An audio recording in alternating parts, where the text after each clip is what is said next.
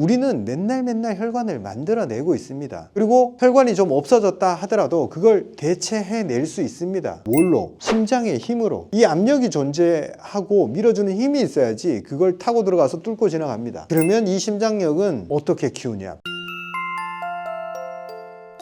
안녕하십니까 구독자 여러분, 후쌤입니다. 제가 심장 중요하다 말씀을 드리는데 이게 구체적으로 어느 정도의 중요성을 가지고 있나 한번 말씀을 드려볼까 합니다. 심장력, 즉 심장이 얼마나 튼튼하냐. 우리가 심장에 대해서 이야기할 때 환자들이 꼭 이렇게 얘기를 해요. 제가 심장이 약한 걸 심증적으로는 알겠는데 증상도 나타나고 불편하고, 그런데 검사를 해보면 수치는 다 정상이다, 이 얘기를 하세요. 그게 심각한 질환에서는 수치도 중요하지만 기본적으로 우리가 일상을 살아갈 때 더 중요한 게 심장이 얼마나 힘이 있냐, 그리고 검사에는 나오지 않지만 심장이 얼마나 힘이 빠졌냐, 이게 중요합니다. 그래서 저는 심장을 이야기를 할 때 항상 심장의 힘, 심장력이라고 표현을 합니다. 심장은 펌프잖아요. 심장에서 압력으로, 우리가 큰 혈관을 통해서 압력으로 혈액을 내보내주면 이게 작은 혈관들을 타고 결국에는 가장 작은 단위의 모세혈관까지 혈액이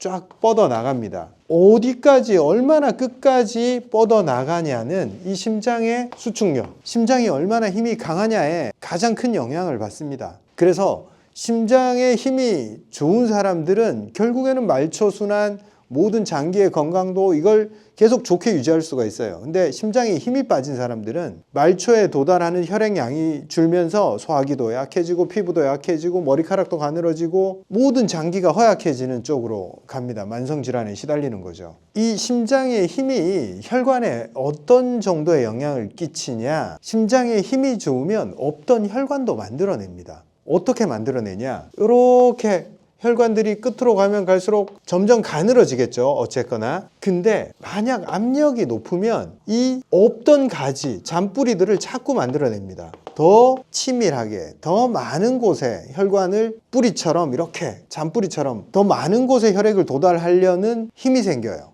더 많은 곳에 혈액을 도달하기 위해서 잔뿌리를 만들어가는 그런 경향이 생겨요. 그걸 신생혈관이라 그래요. 신생혈관을 만드는 힘은 심장이 뿜어내는 이 압력에 좌우됩니다. 이 신생혈관을 몸이 언제 만들어내냐? 운동 직후에 만들어내요. 운동 직후에 근육들을 많이 쓰고 근육의 영양 교환이 빠르게 일어나야 되니까 그쪽으로 혈관을 더 만들어서 산소와 영양분을 공급하고 나쁜 걸 빼오려고 합니다. 그래서 운동을 좀 격하게 했을 때, 제가 격하게 기준이 항상 뭐라고 말씀드렸어요? 숨차게 하는 운동. 걷기를 제가 별로 추천 안 하는 이유가 심장을 그렇게 많이 쓰지를 못해요. 심장이 벌렁벌렁 해야 됩니다.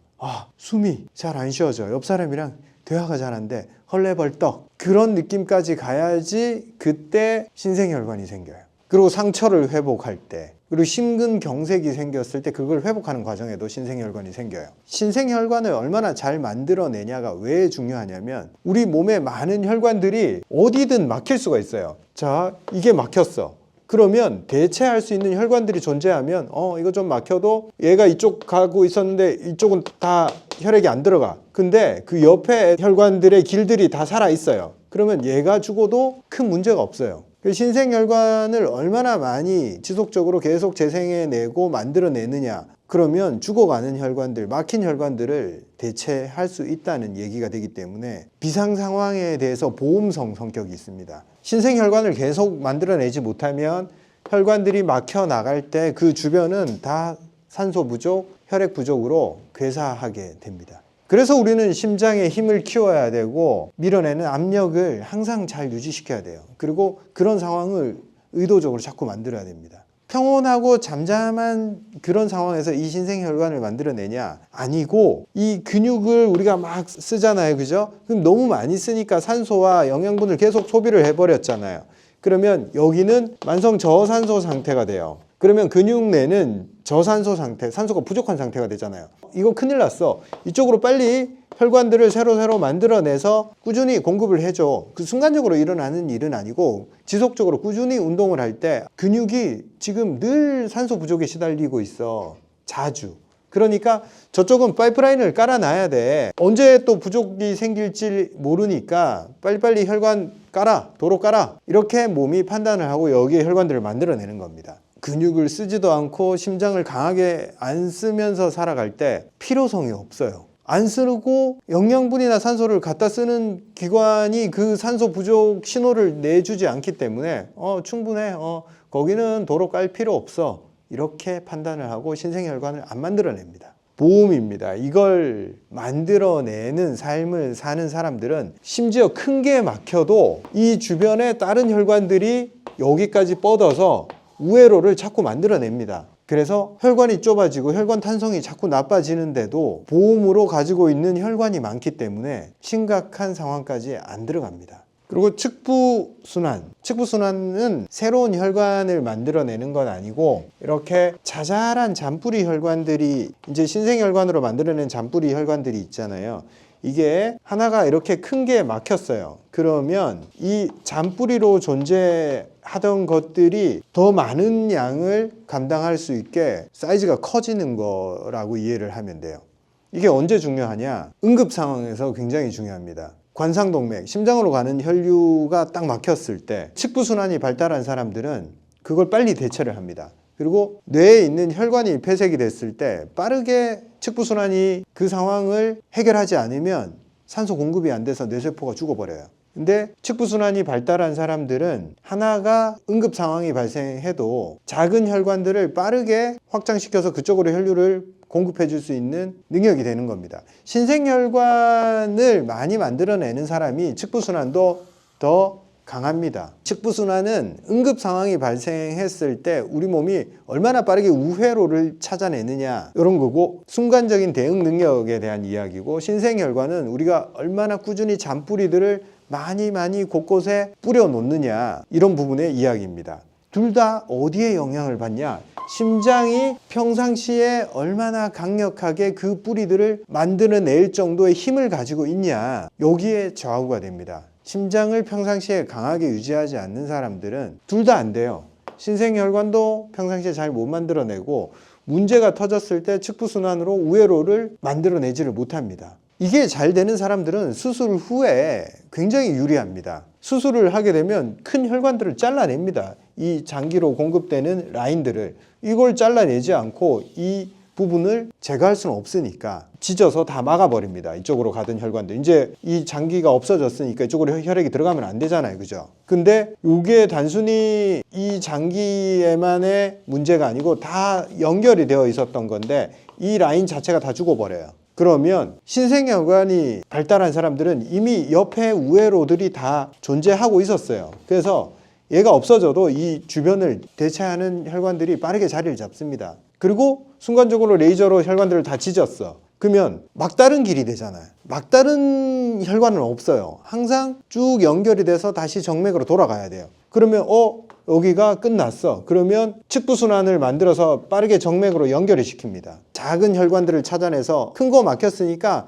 작은 샛길로라도 가자 하면서 샛길로 계속 혈액을 보냅니다. 그러면 그 샛길이 혈액이 많이 지나가면서 자꾸 넓어져요. 큰 동맥들, 우리가 눈에 보이는 것들은 거의 고속도로급입니다. 우리가 차를 타고 가다가 내비게이션이 고속도로가 막 막혔어. 한 번씩 톨게이트로 빠져나가서 국도로 안내를 하잖아요. 원래로는 안 가는 길이에요. 그만한 교통량을 수용할 수 있는 길이 아니에요. 근데 어떡하겠어?